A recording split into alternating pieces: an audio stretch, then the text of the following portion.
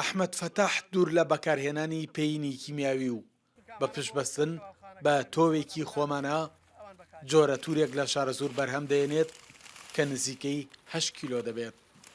ئەم جۆرە تورەکە ئێمە بەرهەمانێنا لە گوندی تەپەتۆڵەکە تۆکەی خۆمانە، تۆی سپی درێژمان نێژاوە، تۆی سووریشمان لە نا لێژاوە بەهۆی تەڵقیحاتی باو هەموو مێشوو لەو ئەوانەوە تەڵقیح بووە ئەو جۆرە تووری لێ دەچووە. تۆکەش تۆی خۆمان ئەتوانم بڵم تۆی تەپەتۆڵەکەی.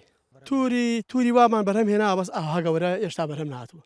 ئەوها گەورە بە دەگمای بەرهەماتەوە. ئەویش ئێمە گەڕێتەوە بۆی خۆراکێکی باشی دەینێ، خۆراکی ئاژەڵیە دەینێ، ئێمە پەینی ئاژەڵیەکەین بە بنیانە پەینی وەرگەهینی ناکەین بە بنا کیمیاوی و تورەکانیشمان ماشەڵڵا لە 4 کیلۆتیاتی بۆ 7 کیلۆش کیلۆش. ئەحمەد زیاتر لە 50 ساڵە دەست و پەنجەی لەگەڵ خاکی شارەزور تێکەڵ بووە. بژێوی خۆی و خێزانەکەی لەسەر بەرهەمێنانی کوشت و کاڵیە. پێشبینی دەکات ئەمساڵ 70 تۆن توور بخاتە بازاڕەوە. من ساڵی وا بووە خۆم 7 دۆنمە بووە، ساڵی وا بووە 10 دۆنمە بووە، ئەم ساڵ 7 دۆنم هەیە. ئەو 7 دۆنمی منە ئیمساڵ احتیمالەکە 60 بۆ 70 دۆن تووری هەبێ. بە عام دێکەمان هەمومان جوتیاری باشی تیا الحەمدولیلا، احتیمالەکە 400 بۆ 500 توور لە تێکەمانە زیاتر دەچێت. وەزارەتی کوشت و کاڵ گرفتی ڕێگاوبانی جوتیارانی چارەسەر کردووە، بەڵام ئێستا گرفتی ساختکردنەوەی بەرهەمەکانیان یەخەی گرتوون.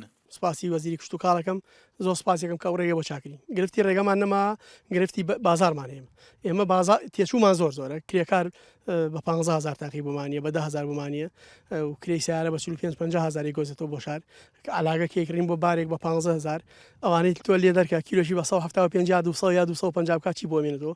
گرفتی بازارمان زۆر زۆرە، ینی تێچوومان زۆرە و داهاتمانکەمە.